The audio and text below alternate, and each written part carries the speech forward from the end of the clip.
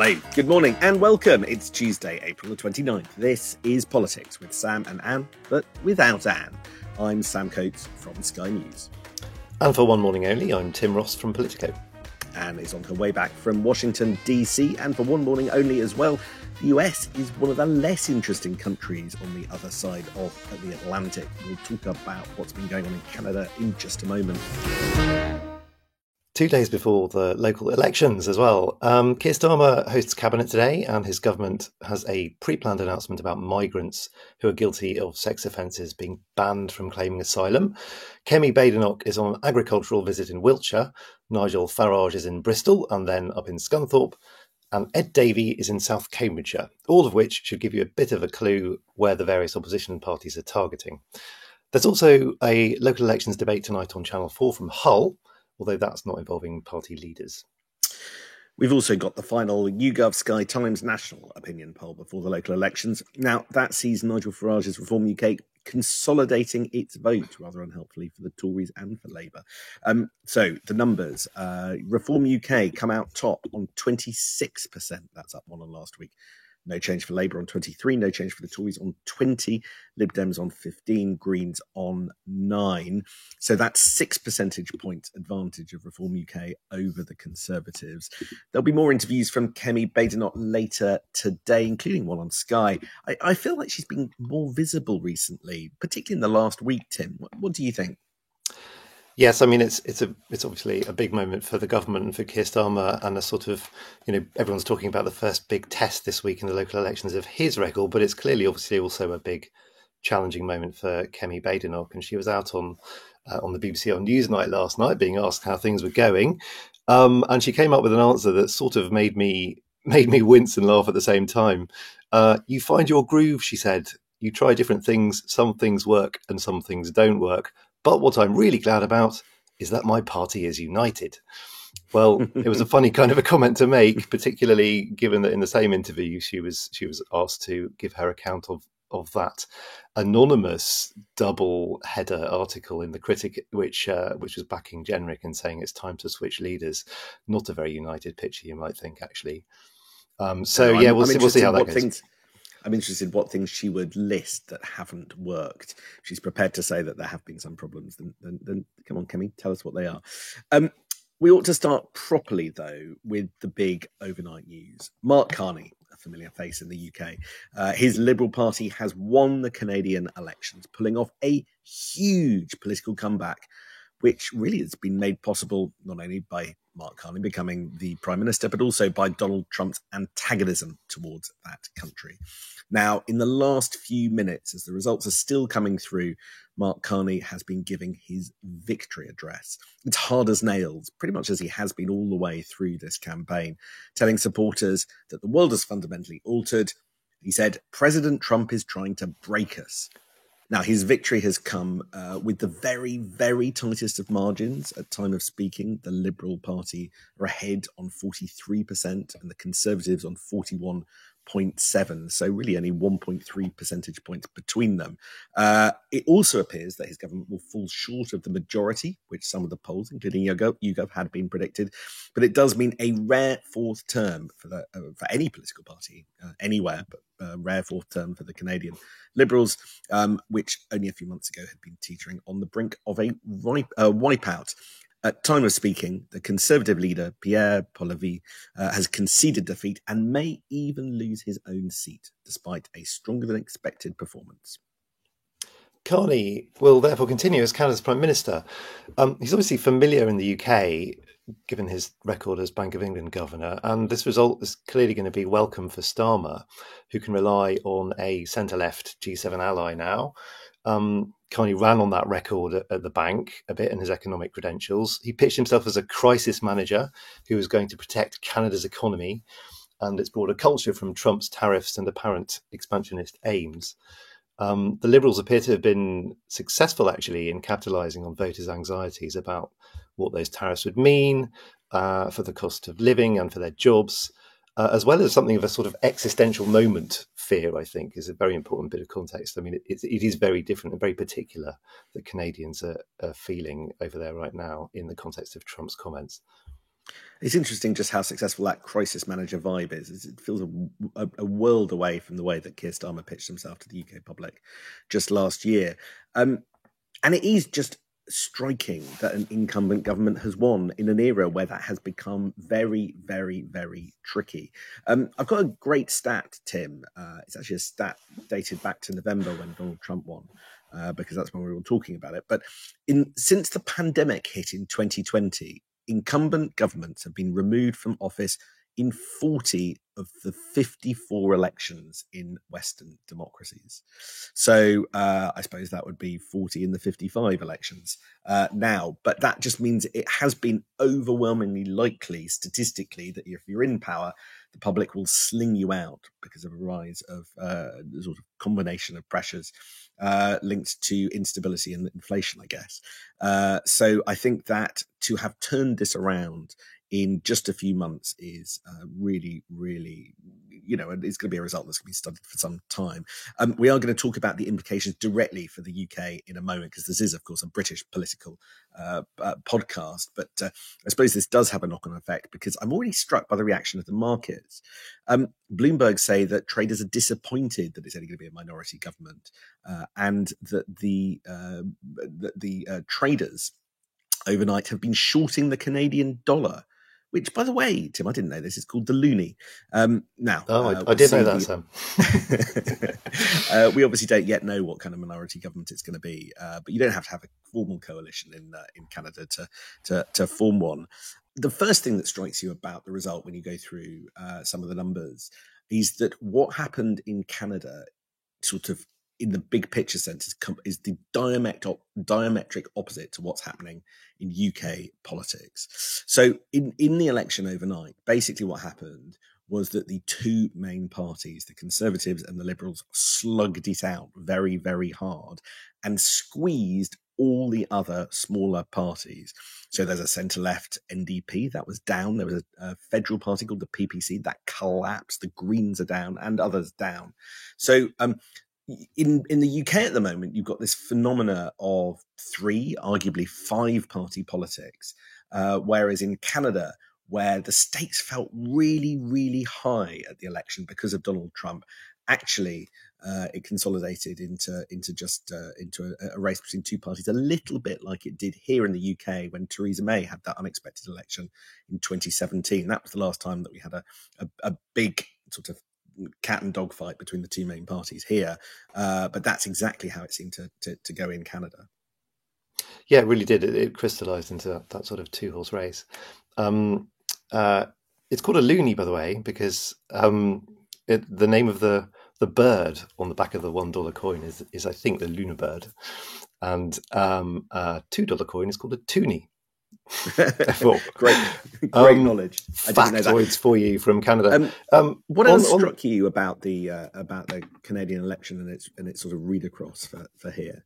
Yeah, I think there are a few things. I mean, most obviously, it was actually only just over a month ago, I think, that Carney took over as leader and then Prime Minister a few days later, and it just shows what changing your leader can do. Memo to the Tories, maybe memo to the Jenrick clan. Even at the very, very last minute, it can have a huge impact. And he's overhauled a massive deficit in the polls in Canada to cling on to power, and that is an incredible achievement. And it really is down to that one fact, I think. It's probably not going to happen before Thursday's local elections that the Conservatives dump Kemi Badenoch, but we've got a few years yet before we end up in the sort of territory where we're really talking about the next general election here. So the Conservatives probably will want to take a rain check on getting a new leader. But there are lots of other read acrosses that you could potentially get into. I mean, the Trump factor totally dominated this election in Canada. And as you say, Sam, Carney's approach was far tougher than his opponents, and it seemed to really work for him.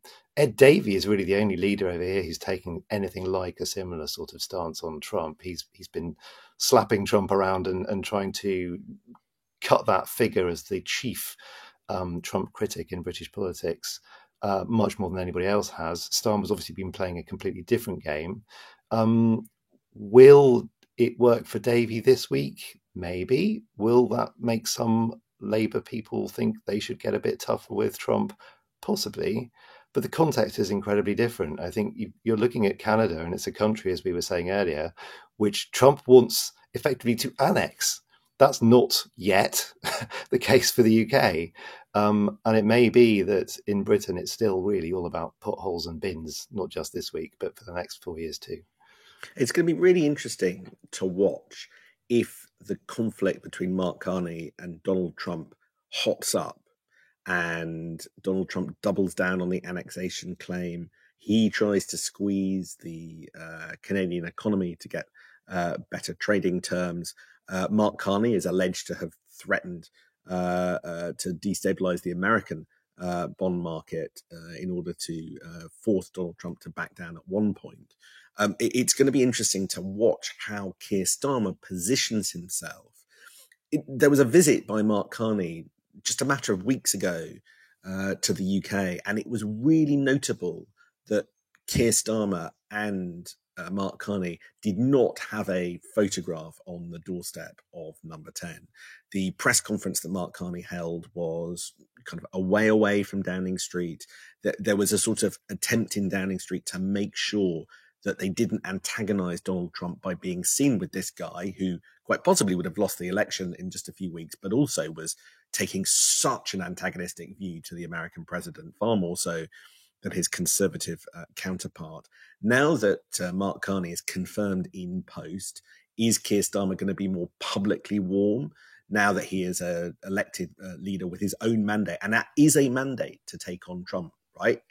Mark Carney has got permission from the Canadian people to be this hard as nails character, which he wasn't when he was governor of the Bank of England. He was a sort of a bit more low-key, intellectual, kind of suave, well-dressed, not at all pugnacious, except with the occasional sideswipe in a press conference.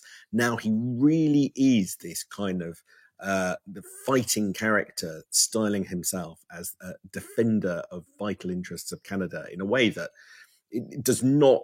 I do not remember his character being anything like the person we've seen in this election.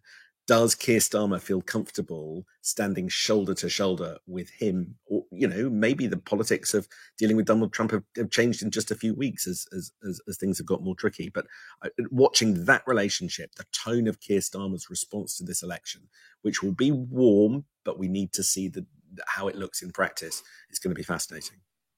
It is totally right. I think also what will be pretty interesting will be the G7 Leaders Summit coming up in Canada. In a few months' time, so we'll see who shows up, maybe who doesn't, to that one. But on the global stage too, I think what encouragement do Trump's critics elsewhere in Europe take from this? People like Macron, who's a sort of, if you like, a critical friend, he likes to portray himself as, but also somebody who's very pro-European sovereignty and trying to encourage other European leaders to be more self-sufficient in their economies and in their defence industries. Does this win for Carney embolden people in Europe as well who want the European Commission and leaders who negotiate on their behalf to take a tougher line with Trump too? We'll have to watch all that, I think. I can tell you in advance of Thursday's local elections of something I'm already not looking forward to.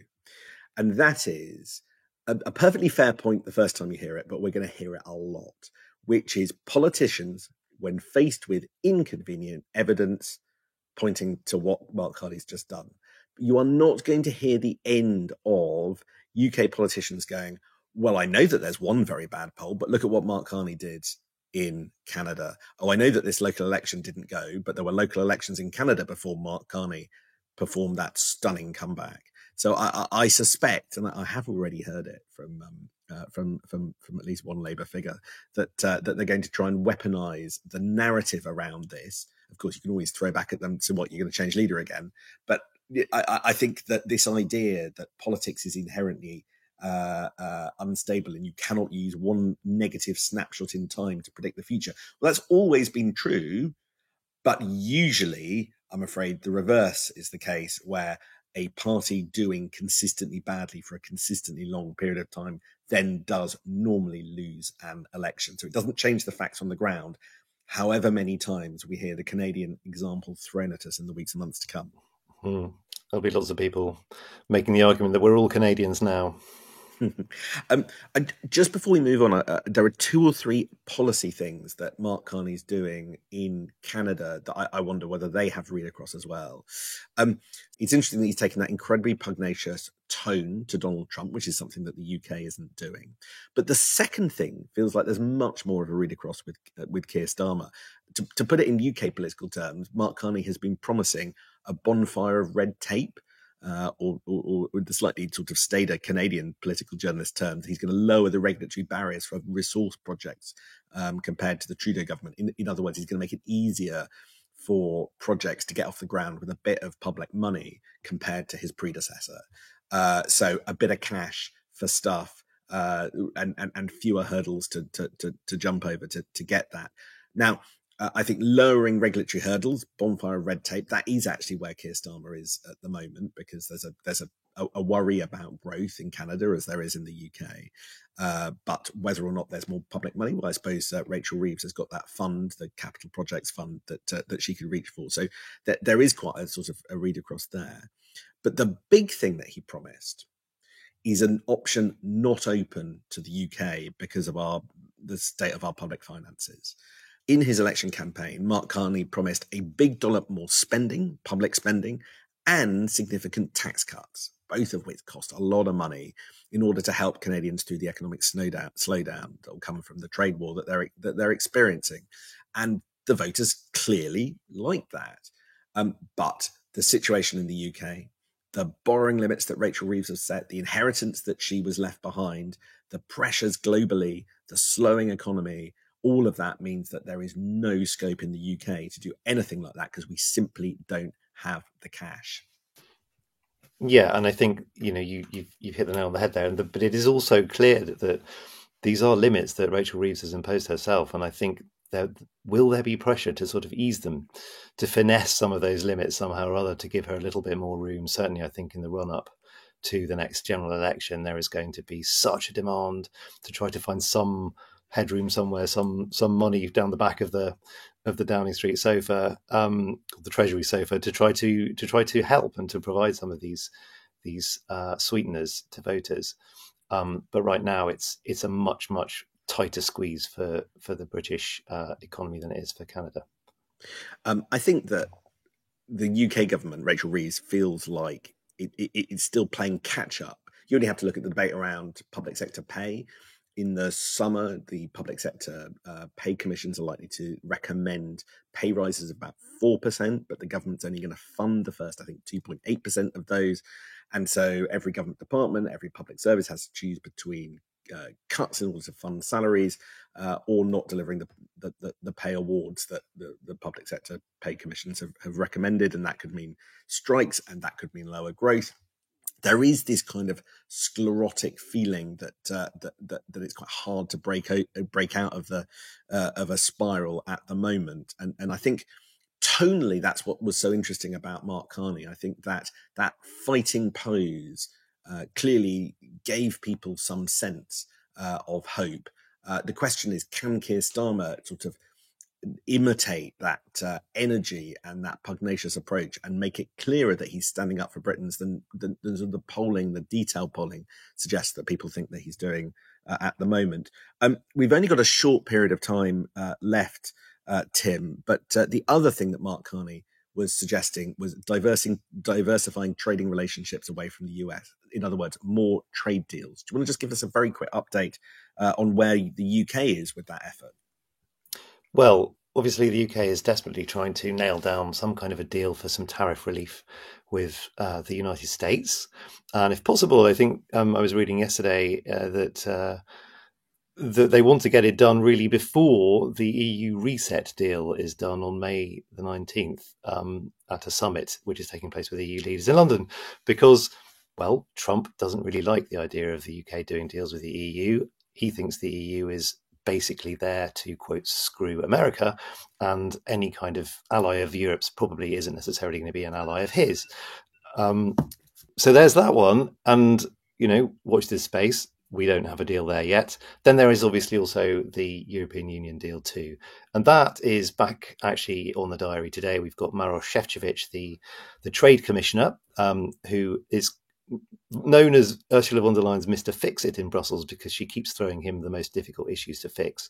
And he's sort of famously bored Britain into complying with the Brexit deal when he was negotiating, as he still is, with the UK government on making sure that Brexit deal works. But he's back in town today for a meeting, and we're going to get the details of this agreement over the next 3 weeks, I think. I was talking to one cabinet minister who said that basically the EU deal, the US deal, and the Indian deal, which is also being done, are all going to land broadly at the same time. So that's quite a tall order for after the local elections. However, we are out of time. So I just want to say thank you very much indeed to Tim Ross at Politico. Thank you very much for joining me this morning. And we will be back tomorrow for Politics at Sam and Anne's. See you then. Bye-bye. You asked and we listened. The first 100 days of Trump 2.0 is almost over, but we're not done yet. So we're keeping the podcast going every weekday at 6 a.m. Join us to stay up to date with the latest twists and turns. For interviews and analysis. And stories from across the United States. You can listen to Sky News Trump 100 now, wherever you get your podcasts.